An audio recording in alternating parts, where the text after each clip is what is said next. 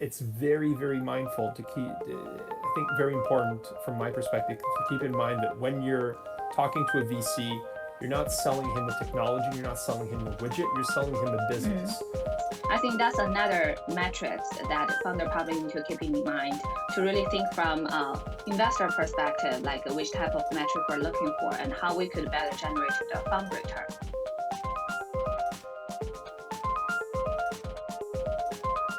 On any of the calls that you had this week, or decks that you reviewed this week or the last 2 weeks, what's a moment where you thought, "Gosh, I really wish founders knew blank"?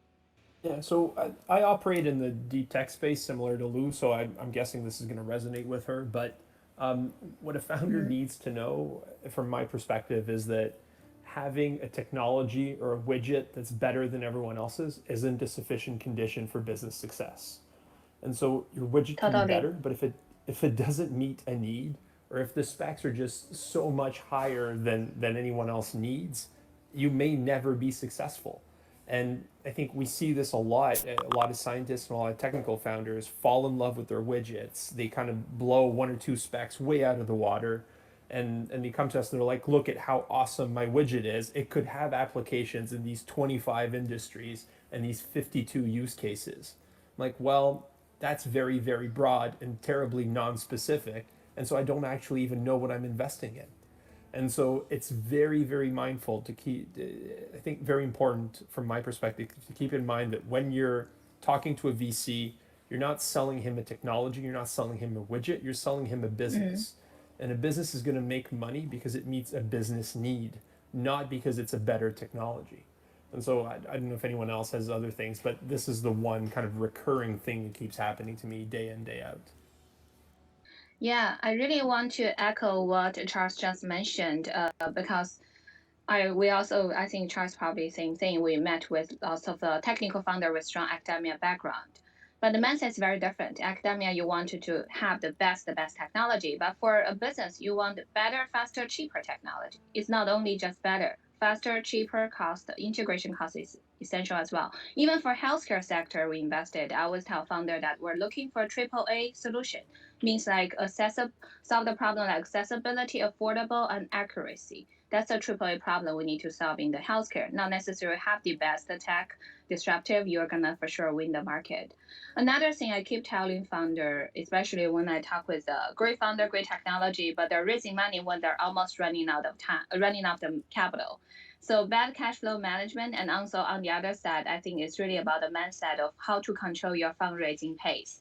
You don't need to have your fundraising pace same as your product development milestone.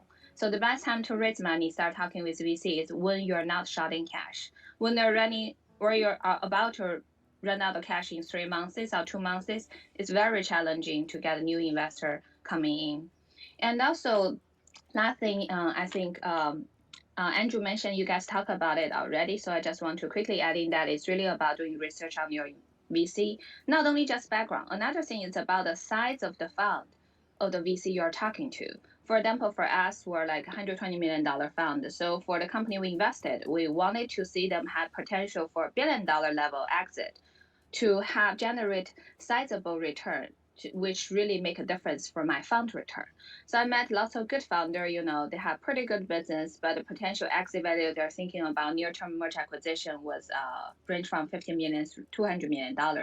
It would be a nice exit for a smaller fund or even angel investor, but not necessary for us. I think that's another metrics that founder probably need to keep in mind to really think from investor perspective, like which type of metric we're looking for and how we could better generate the fund return. Should that be a question that they ask if they are on a call with a VC or in an email exchange with a VC? Should they be asking, what are you all looking for in terms of exits? Yeah, they should definitely ask for. They also should first check, oh, what's your fund size? Do you have a target ownership? And also, do you do pro rata? And which type of exit you're looking for? And do you find out just by the fund size, like knowing that Lou has a $120 million fund, and just looking at that, should we just assume that any company you invest in is going to need to have a potential billion plus exit? I think So just the also size, relate to the, yeah, also relate to the not investment only level as size, well? also relate to the check size and the ownership. For Right. example, some fund they probably have a higher target ownership, like 20%. Then they probably okay with a smaller exit because their ownership is larger. Like for us, typically it's a 5 to 10% ownership.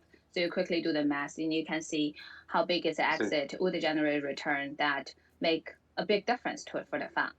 I found it's hard sometimes, but believe it or not, it's harder than you think to find out like the current fund and the current money left to deploy that a fund has.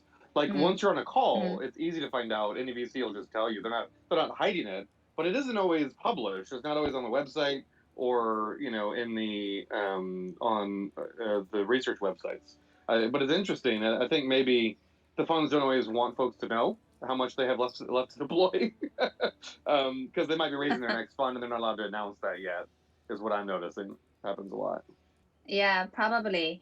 So unfortunately, that's a part we don't really have transparency or public information. Yeah. So it'd be nice to quickly ask about it. So for us, what we do is when we do the screening meeting with the founder, I will spend the first 5 minutes, give all the metrics to the founder. And then they have all the numbers and they could start with their pitch. And they also have a clear idea about which type of a company and the exit we're looking for.